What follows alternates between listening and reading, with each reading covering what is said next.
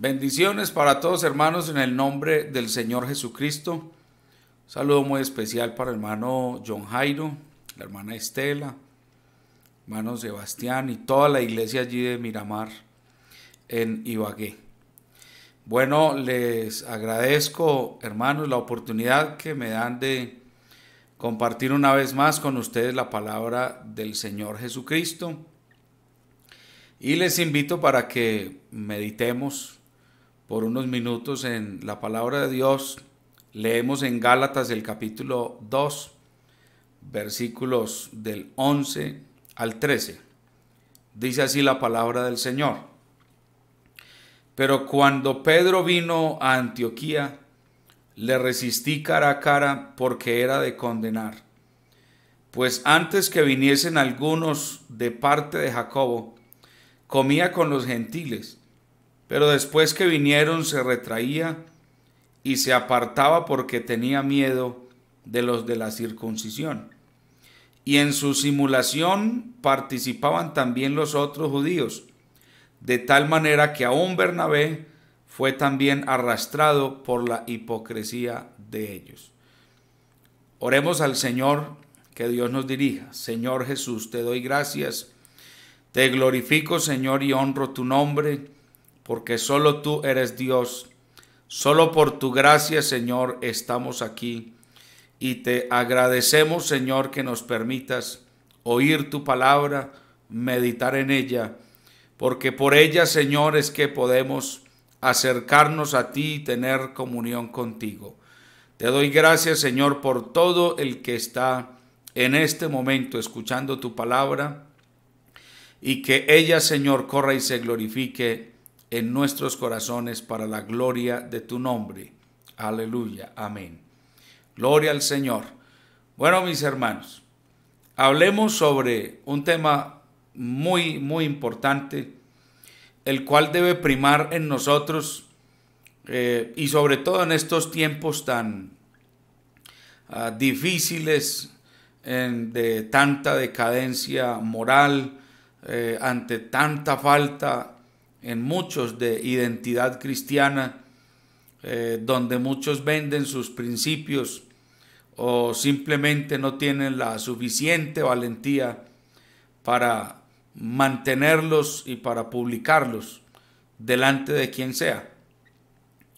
Tenemos una historia bastante interesante. Yo quisiera hacerla contextualizada para que podamos entender de qué se trata y en qué desembocan, o por qué estas palabras aquí del apóstol Pablo a los Gálatas. Miremos en el libro de los Hechos de los Apóstoles, en el capítulo número 11, allí encontramos uno de los pasajes, pues en mi caso personal, bastante interesante y también motivador para quienes predicamos el Evangelio. Dice ahí, 11:19 del libro de los Hechos: Ahora bien, los que habían sido esparcidos a causa de la persecución que hubo con motivo de Esteban, pasaron hasta Fenicia, Chipre y Antioquía, no hablando a nadie la palabra, sino solo a los judíos. Es decir, estos que salieron esparcidos de Jerusalén por causa de la persecución, llegaron a estos lugares, pero dice que hablaban la palabra, pero solo a judíos. Pero había entre ellos, entre esas personas o creyentes que salieron esparcidos, habían también algunos que eran de Chipre y de Cirene, los cuales cuando entraron en Antioquía hablaron también a los griegos, es decir, ya no solo a judíos, sino también a los griegos, anunciando el evangelio del Señor Jesús. Y mire lo que dice ahí, por lo cual les digo, es motivante para quienes predicamos el evangelio. Dice: y la mano del Señor estaba con ellos, y gran número creyó y se convirtió al Señor. Llegó la noticia de estas cosas a oídos de la iglesia que estaba en Jerusalén, y enviaron a Bernabé que fuese hasta Antioquía. dice allí que cuando Bernabé llegó y vio la gracia de Dios, se regocijó y exhortó a todos a que con propósito de corazón permaneciesen fieles al Señor.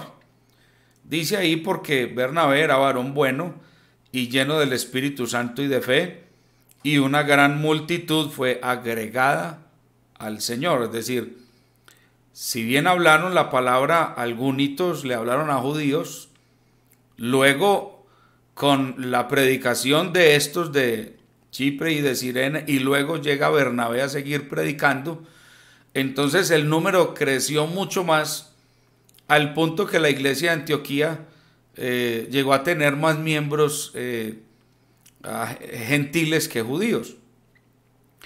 Después fue Bernabé a Tarso para buscar a Saulo, y hallándole le trajo a Antioquía.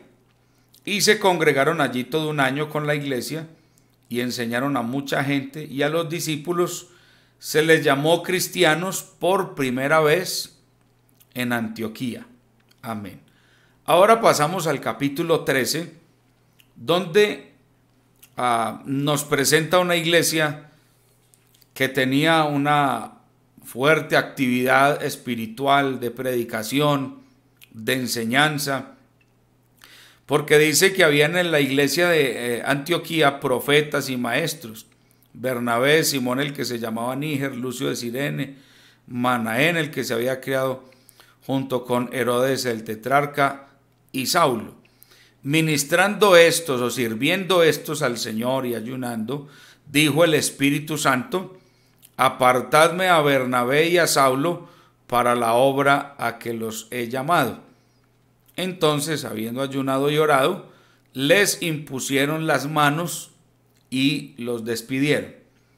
Ellos entonces salen a su primer viaje misionero, predican la palabra, el Señor los respalda grandemente.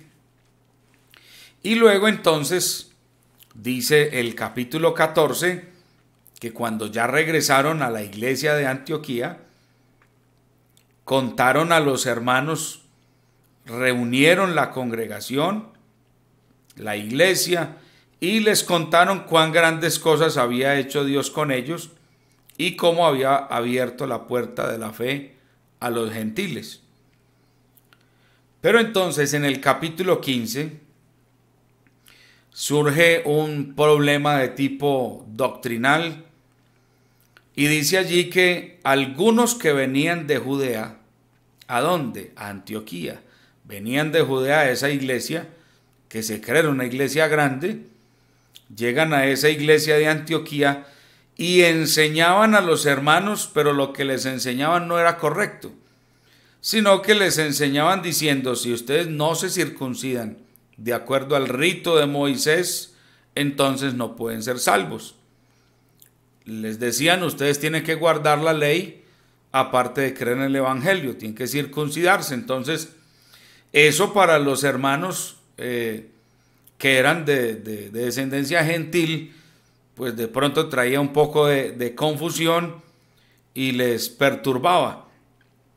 Como Pablo y Bernabé tuviesen una discusión y contienda no pequeña con ellos, se dispuso que subiesen Pablo y Bernabé a Jerusalén, y algunos otros de ellos a los apóstoles y a los ancianos, para tratar esta cuestión.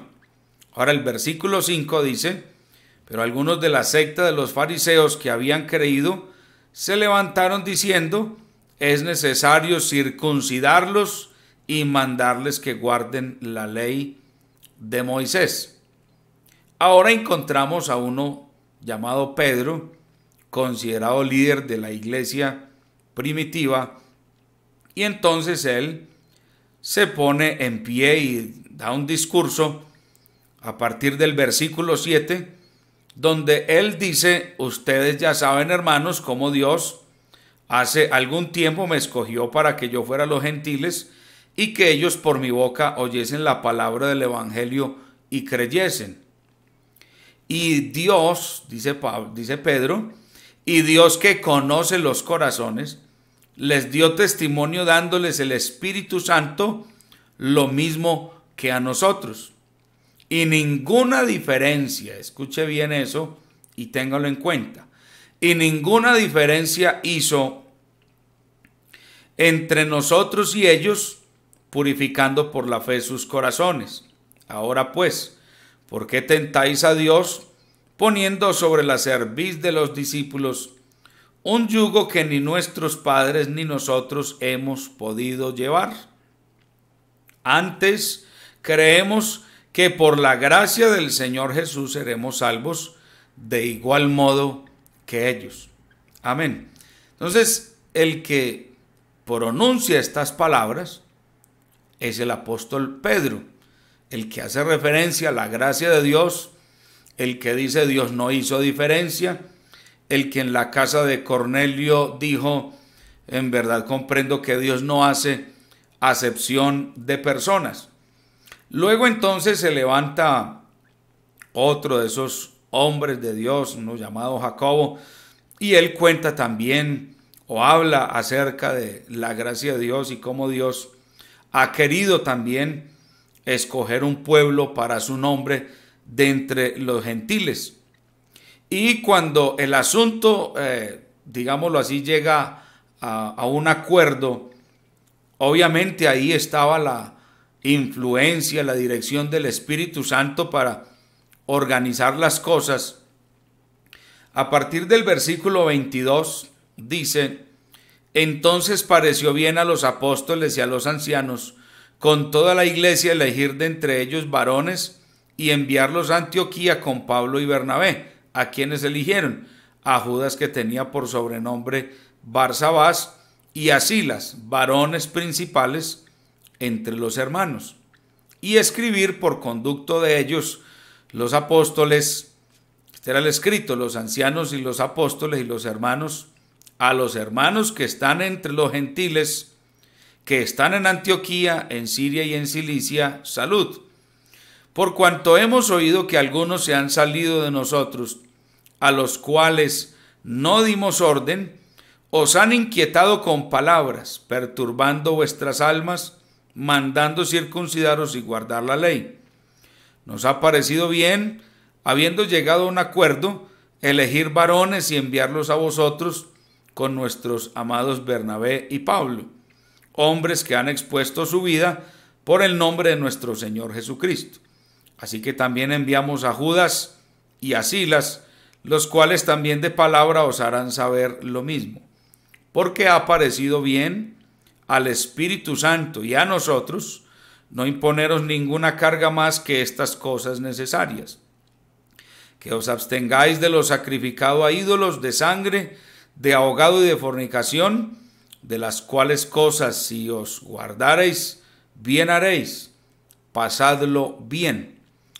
Después de que Pablo, Bernabé, Judas y Silas salen para Antioquía y llegan allá, la Biblia dice que se reunieron todos allá en Antioquía, reunieron la congregación, entregaron la carta y habiendo leído la cual se regocijaron por la consolación. Entonces, la sana palabra, la sana doctrina trae consolación. Gloria al Señor. Ahora, es de anotar que allí en Jerusalén, en esa reunión, es donde, digamos, algunas caras se distinguen, entre ellas las de Pablo con muchos hermanos allí en Jerusalén. Pero resulta que tiempo después de que Pablo y Bernabé vienen otra vez a Antioquía, un tiempo después dice el apóstol Pablo, ya en Gálatas, el capítulo 2, que por allá también llegó Pedro, el apóstol Pedro. Y cuando llegó el apóstol Pedro, dice que Pablo le tuvo que resistir cara a cara, lo tuvo que confrontar cara a cara. Ahora, es una situación, pues digamos para nosotros un tanto extraña, dado que se trata de dos personas que cuando leemos el Nuevo Testamento encontramos por un lado varias cartas del apóstol Pedro y muchas del apóstol Pablo. Entonces, considerados para nosotros, y no solo nosotros, para el Señor, hombres valientes, esforzados, entregados, llenos de fe, llenos del Espíritu Santo, imagínese usted, apóstoles ambos, pero el uno tiene que reprender al otro. Ahora, Pedro era considerado el líder de la iglesia, sin embargo, hay una cosa que hay que destacar y es algo, y ojalá nunca lo olvide. Donde hayan personas, habrán errores. Donde haya humanidad, siempre habrá algo defectuoso. Afortunadamente estamos en las manos de Dios. Y yo siempre he creído que es mejor equivocarse en las manos de Dios porque el Señor a uno lo corrige. El Señor a uno lo enseña. El Espíritu Santo a uno lo controla. Así como lo mueve, lo impulsa, lo dirige, también a veces le pone un alto, lo ataja a uno, lo controla. Entonces es mejor equivocarse, pero estando aquí. Aquí tenemos ayuda y tenemos quien nos enseñe, pero equivocarse fuera del Señor es vivir errado, es vivir equivocado. Y ya sabemos cuáles son las consecuencias de vivir en la equivocación, que puede traducirse como ofensa ante Dios. ¿Por qué le tuvo que resistir? Miremoslo. Porque resulta que aparecieron después personajes que estaban mirando, si bien aquí dice vinieron algunos de parte de Jacobo, pero no era tanto que vinieran encomendados o digamos en misión de parte de Jacobo, sino que más bien parece ser que unas personas que aún no entendían qué significaba la gracia de Dios, estaban empeñados en seguirle diciendo a los creyentes gentiles que tenían que circuncidarse, aun cuando ya Bernabé, Pablo, Judas y Silas habían traído la carta y el asunto estaba claro.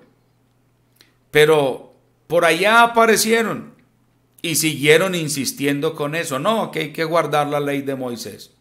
Entonces lo que dice aquí el apóstol Pablo es: yo tuve que resistir a Pedro cara a cara, porque antes de que vinieran esos que eran judíos, que supuestamente venían enviados por Jacobo, resulta que Pedro comía con los gentiles sin ningún problema. No tenía ningún reparo, entendiendo que él era judío y que los otros eran gentiles.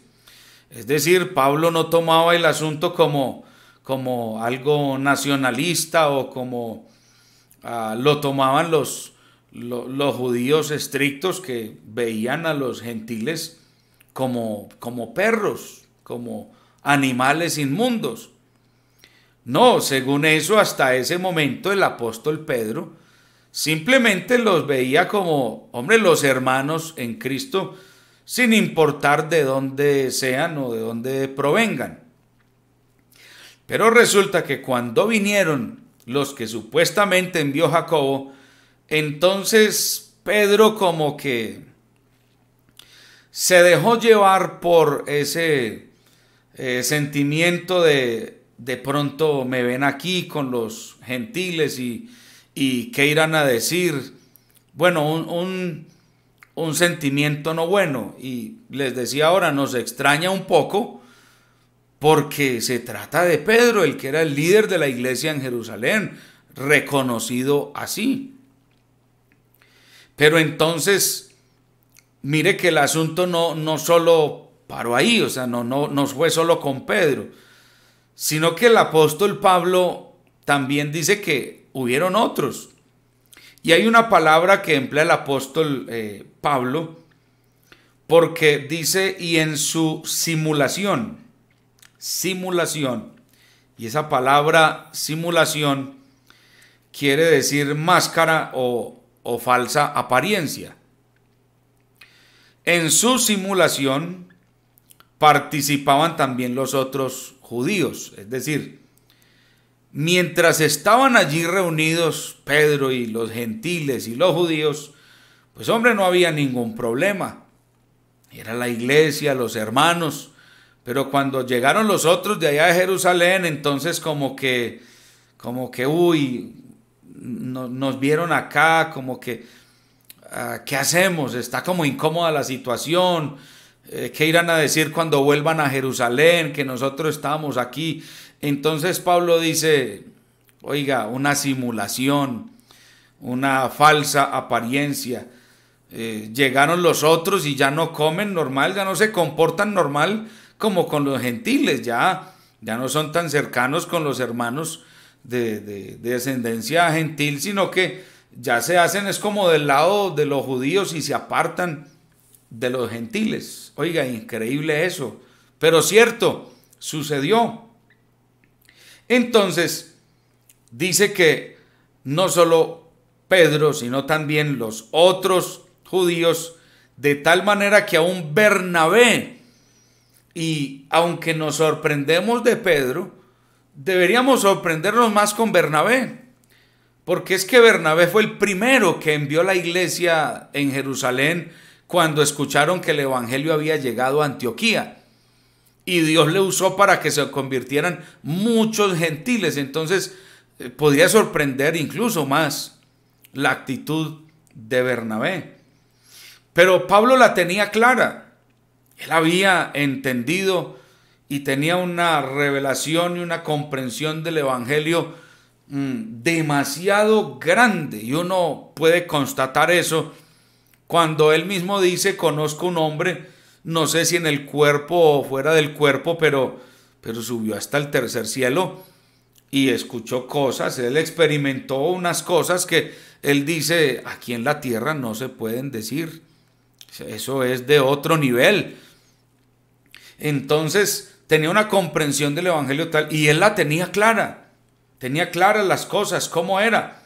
Entonces mire que el apóstol Pablo llama a esa actitud hipocresía. Y ahí es donde quería llegar, hermanos, y probablemente se haya demorado más el contexto que, digamos, en sí el mensaje final que quiero dejar con ustedes, hermanos, y en especial los jóvenes de la iglesia. Mire, si nosotros como creyentes en la iglesia decimos, qué bendición, somos cristianos, y cuando el predicador en medio del sermón dice, ¿cuántos son hijos de Dios? Levantamos la mano, gritamos amén, aplaudimos. Pero cuando estamos frente a otro tipo de personas, llámese familia, que no sean convertidos, tal vez amigos del trabajo, de la universidad, del colegio, o sencillamente los vecinos, compañeros, hermanos. Bueno, si cuando estamos frente a otras personas ya no presentamos como ese mismo rostro de gozo en el evangelio, y que con esa valentía y, digámoslo de esta manera, en el buen sentido, sacando pecho por lo que somos hijos de Dios, creyentes en el evangelio, así como se le dijo por primera vez a los creyentes en el evangelio, les dijo cristianos. Si para nosotros, hermanos y jóvenes, el estar frente a otras personas es suficiente motivo para cambiar la actitud, entonces creo que hay una falta de algo, hay una falencia muy grande. Está bien que donde hayan humanos hay errores, sí. Y está bien que en ese error haya caído el mismo apóstol Pedro, el mismo Bernabé y varios de los creyentes judíos. Pero a mí no se me olvida una cosa que está escrita en la Biblia y creo que al final de cuentas aplica para todo. Cuando dice lo que está escrito, pues para nosotros se escribió. Lo que hoy tenemos aquí escrito, hermanos, hay cosas muy lindas que son dignas de imitar.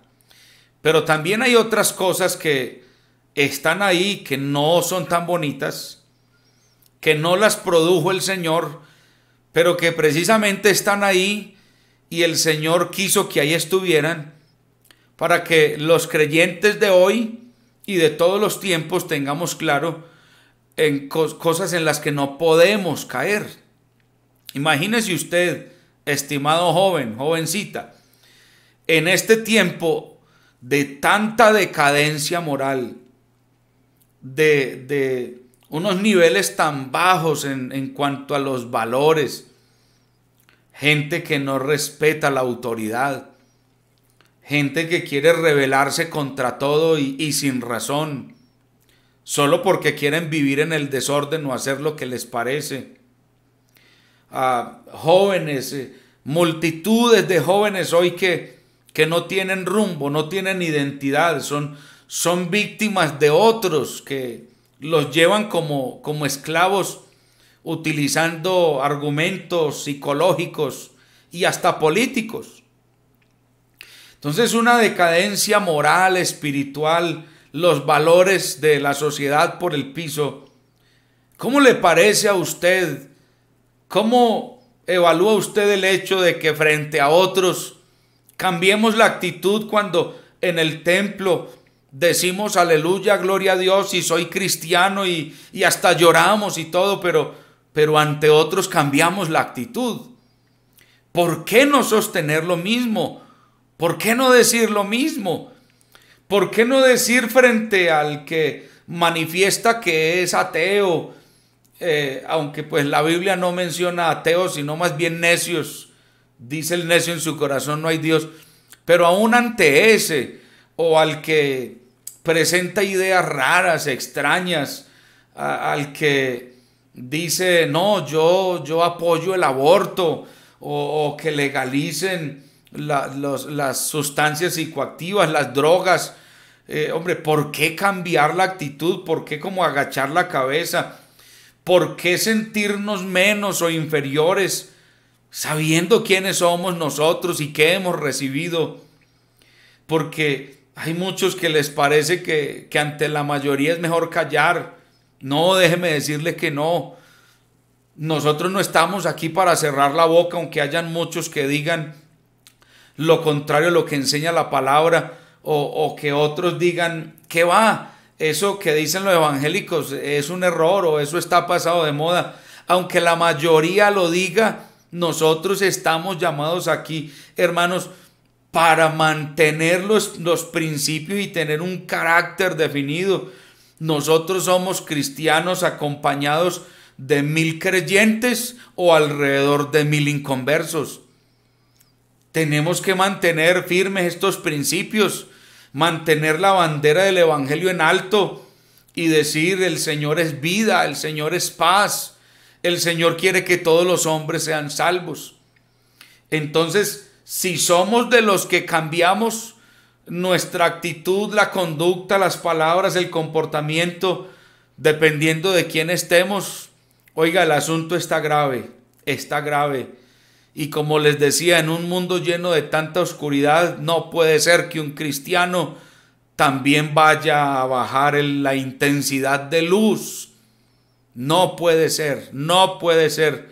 Y yo creo que también la mayoría en la iglesia nos resistimos a que hayan algunos que quieran rebajar delante de otros lo que somos. No, hermanos, hay que ser como los primeros cristianos. Si toca morir por esto, por sostener nuestros principios y por comunicarlos a costo de lo que sea, pues no habrá problema.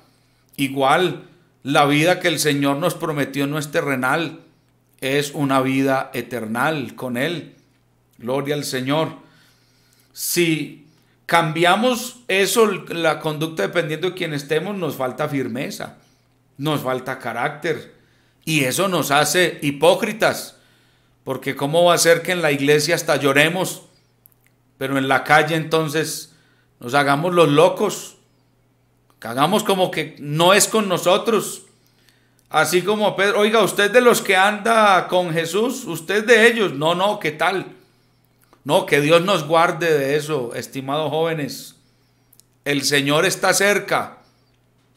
Y yo creo que lo que el Señor quiere llevarse con Él es gente que cree hasta el fin y que mantenga sus principios firmes hasta el fin. Aleluya. Ahora, termino diciendo estas palabras. Cuando también nos hace falta carácter, firmeza en los principios. Escúcheme bien. Cuando las faltas de otros merecen reprensión, pero las tuyas no. O la de tus familiares tampoco. O la de los más cercanos a ti tampoco. Si las faltas de los demás son consideradas pecado ante Dios, pero las tuyas solo son errorcitos que ni siquiera hay que llamar la atención y que no merecen disciplina, falta carácter, faltan principios. Las cosas son como son. Alabanzas al nombre de Jesús. Si te pasa eso, revisa tus principios, porque carecen de fundamento sólido. Y recuerde que el único que edifica sobre la arena es el necio. Pero el sabio edifica sobre la roca y se mantiene firme en la roca. Y venga lo que venga, nunca cae, porque está firme. Gloria al Señor. ¿Qué dice la Biblia en el Salmo 1? Todos lo conocemos. Bienaventurado el varón que no anduvo en consejo de malos, ni ha estado en silla de pecadores, es decir, no ha tenido participación en eso. ¿Y cuál es la bendición para ese? Dice, ese está plantado junto a corrientes de agua, que da su fruto en su tiempo y su hoja no cae, porque es un árbol firme, su hoja no cae.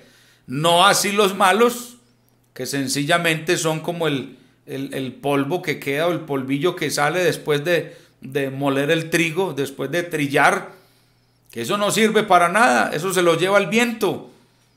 Así son los malos, así es el que no tiene claro esto, o el que no tiene participación en esto.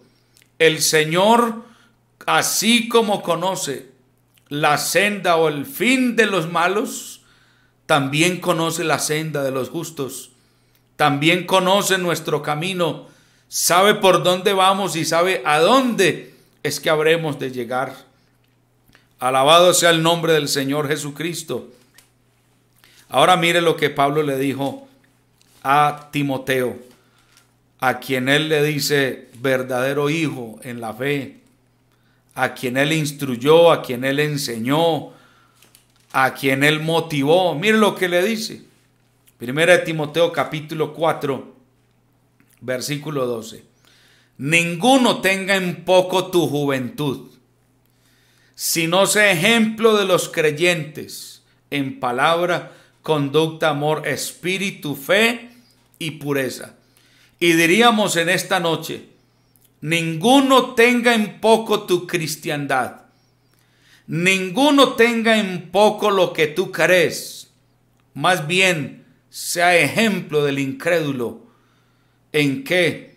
En palabra, en lo que hablas, en cómo te comportas, la conducta, en amor, en espíritu, es decir, en ese ánimo, en ese impulso, en la fe y en la pureza, la santidad. Y al final le dice, ten cuidado de ti mismo, ten cuidado de ti mismo y de la doctrina. Y esto es maravilloso, hermanos. Ten cuidado de ti mismo. Cuidar la vida cristiana, lo que somos, lo que hacemos incluso. Amén. Ten cuidado de ti mismo. Pero también hay que tener cuidado de la doctrina, de no degradarla, de no decir menos de lo que es. No, hay que decir, hay que creer lo que es, hay que sostener lo que es. Dice, pues haciendo esto, te salvarás a ti mismo y si otros te oyen predicar y si otros te ven actuar, es probable que otros quieran ser como tú. ¿Por qué? Porque hay una influencia espiritual. El Espíritu Santo que mora en nosotros también influye en otros cuando nos mantenemos en nuestros principios y cuando abrimos nuestra boca sin miedo para dar a conocer la gracia de Dios, el poder de Dios. Mis estimados hermanos, jóvenes y también adultos, les invito, permanezcamos firmes hasta el fin, sin fluctuar, sin cambiar, sin dudar, sin ser tibios, sin andar en dudas, sin estar entre el sí y el no. Mantengámonos firmes hasta el fin, hasta que el Señor venga o hasta que pasemos a la eternidad. Les agradezco, hermanos, la atención que han prestado para oír este mensaje de la palabra del Señor Jesucristo. Que el Señor les bendiga. La gracia de Dios esté con todos nosotros. Que Dios nos ayude a llegar hasta el fin. Yo creo que esa es la oración de todos.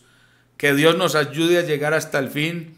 Que podamos transitar en esta carrera, como dice el escritor a los Hebreos, corriendo con paciencia esta carrera que tenemos por delante, pero puesto los ojos en Jesús, el autor y consumador de la fe. Que Dios les bendiga, Dios nos ayude siempre.